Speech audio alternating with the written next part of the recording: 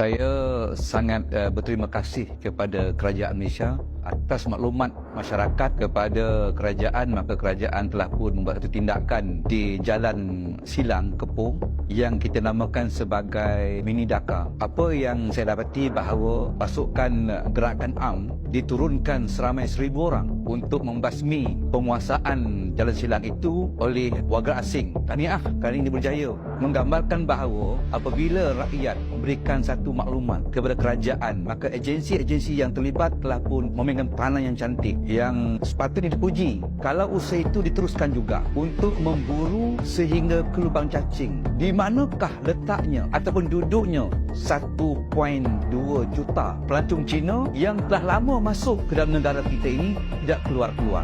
Kalau kita katakan bahawa ini susah, sukar, bagi saya kenapa kita berjaya mencegah penguasaan warga asing di Jalan Silang daripada ia membongkar wajah negara kita kepada Mini Dakar? Kalau itu berjaya, kenapa sukar untuk kita memburu 1.2 juta pelancong? Saya bimbang sebenarnya sebab orang Cina daripada warga negara Cina datang ke Malaysia ini. Di negara kita ini ada warga negara Malaysia berbangsa Cina. Wajah mereka sama. Sukar untuk kita mengenali mereka, membezakan mereka. Tetapi kalau wajah orang Melayu dengan wajah orang Bangla sangat berbeza. Sepatutnya inilah yang perlu kita perkemaskan, kita hambat mereka, buru mereka sehingga negara mampu mengeluarkan mereka daripada menetap di negara kita ini. Ini yang saya bimbang. Lebih-lebih lagi, negara kita ini telah pun melaksanakan 2 pakej yang bagi saya sangat menarik minat warga Cina datang ke negara kita melalui pelancongan. Pertama sekali, mereka diberikan peluang untuk memiliki rumah yang kedua di negara kita ini. Dikatakan bahawa lebih kurang 12,000 yang telah bermohon daripada warga Cina untuk membeli rumah kedua di negara kita ini. Yang keduanya, pakej melalui mereka boleh datang ke negara kita ini tanpa visa. Jadi 2 pakej ini. Pakej pertama, masuk negara kita tanpa visa. Pakej yang kedua, mereka boleh membeli rumah kedua di negara kita ini sebagai rumah mereka. Ini perkara yang perlu kita fikirkan demi keselamatan negara kita. Sepatutnya kita mesti mewajibkan mereka visa dan kita mesti memastikan menghambat mereka keluar daripada negara kita apabila tamat tempoh mereka berada di negara kita ini. Saya mengharapkan negara kita mesti serius mencegah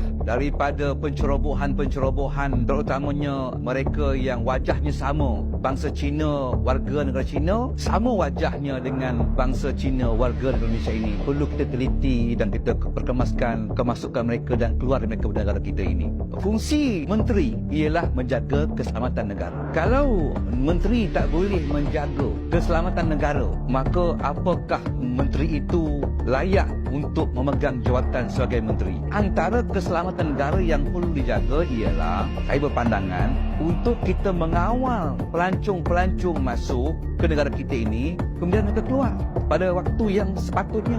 Kalau kita mampu untuk mencegah Mini Dakar, sepatutnya kita juga mesti mampu mencegah 1.2 juta yang masih belum keluar lagi. Kita bimbang akan berlaku nanti usaha-usaha di pihak-pihak yang cuba mengeksploitasi bangsa ini untuk dijadikan mereka warga negara. Kita dengar pada baru-baru ini 57,000 akan diluluskan untuk diberikan kerakyatan warga negara. Kita bimbang juga kalau benar mereka layak, tak ada masalah. Tapi kalau daripada 57,000 itu ada pelancong yang datang negara kita yang tak keluar, tapi mereka dimasukkan senarai untuk memohon warga negara. Bagaimana?